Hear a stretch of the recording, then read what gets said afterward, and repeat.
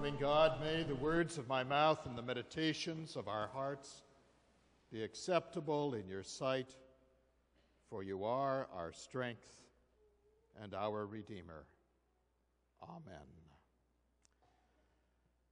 And Jesus continued to touch the people in ways that were extraordinary beyond comprehension. He goes to the tomb where Lazarus lay, and he calls him out of that tomb. And in the mix of all that is going on in these events, as the disciples make their way toward Jerusalem, he adds this climactic, dramatic healing, a calling out of one who has died. Jesus quickly acknowledges that, of course, there is the resurrection. Of course, there is life. But this moment, what we do now is for the glory of God. And as hard as it is for every one of us to comprehend what is happening in this story, we do know that it caught everyone's attention in such a way that it focused Jesus' ministry profoundly like a laser on the fact that God seeks to bring all of us out of our tombs. And that is where the story touched the people's hearts. We think of the Jews, the nation in which they lived, the servitude of being a people under the control of a conquering power.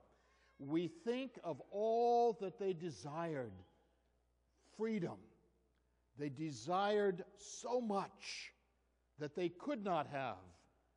And yet Jesus was talking about the power of hope, calling them out of the tomb of their existence.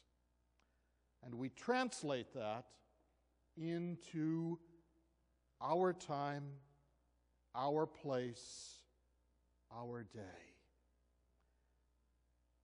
Every one of us has a tomb in which we live our lives from time to time. Every one of us is all wrapped up using the symbol of those grave cloth bindings in the power of something that discourages and takes life's meaning away from us. Every one of us knows the power of the tomb. Sometimes that is the power of a profoundly negative emotion that has grabbed hold of our lives.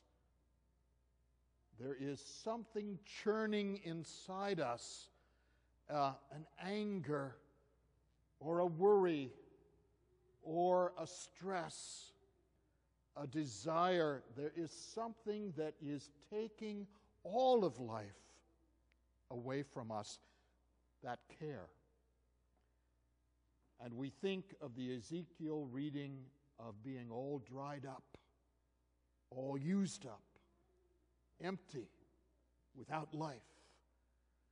And God knows the tomb. God understands the place and would seek to call us out. Sometimes it relates to a relationship that we have, a relationship that is caught up in feelings of jealousy, in feelings of betrayal, in feelings that have undermined our personal well-being. And the tomb consumes who we are. relationships that break us, that do not sustain us, that do not feed us and give us joy. And the absence of the goodness of that, what that relationship might be, is our tomb.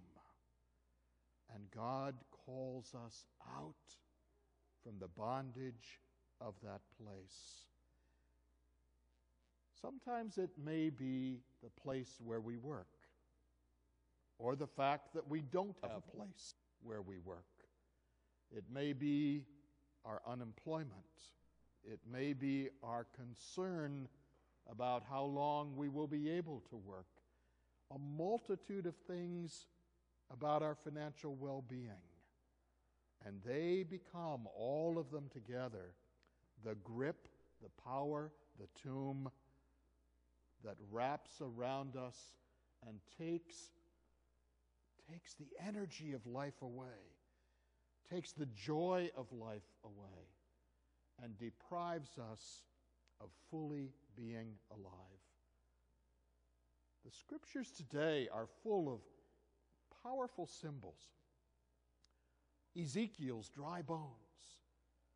God's direction to Ezekiel to prophesy to those bones that they may live again. And the incredibly real prophecy of calling the breath. I love the image of calling breath from the four winds: north, east, south, west. The four winds. And Ezekiel prophesies, and breath goes in, and life is renewed, and the community lives again. Everything about these passages today are preparing us for the next 2 weeks of Lent. They speak to us of God's absolute awareness of where we are in our life's journey, of God's awareness of the particular things that are hurting us right now, the losses we have experienced, the brokenness, the woundedness. God is aware. And everything about them speaks of God's intention to make new, to heal, to bring out of this loss, this broken place, this empty place, a fullness of grace, a presence of the Spirit, and it speaks particularly about God's desire to enable that Spirit to live in us and through us. I have for years struggled with the story of Lazarus, personally.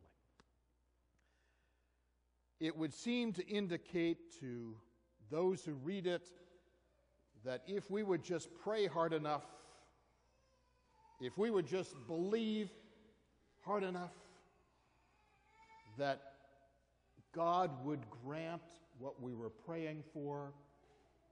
God would grant our desire to make things in our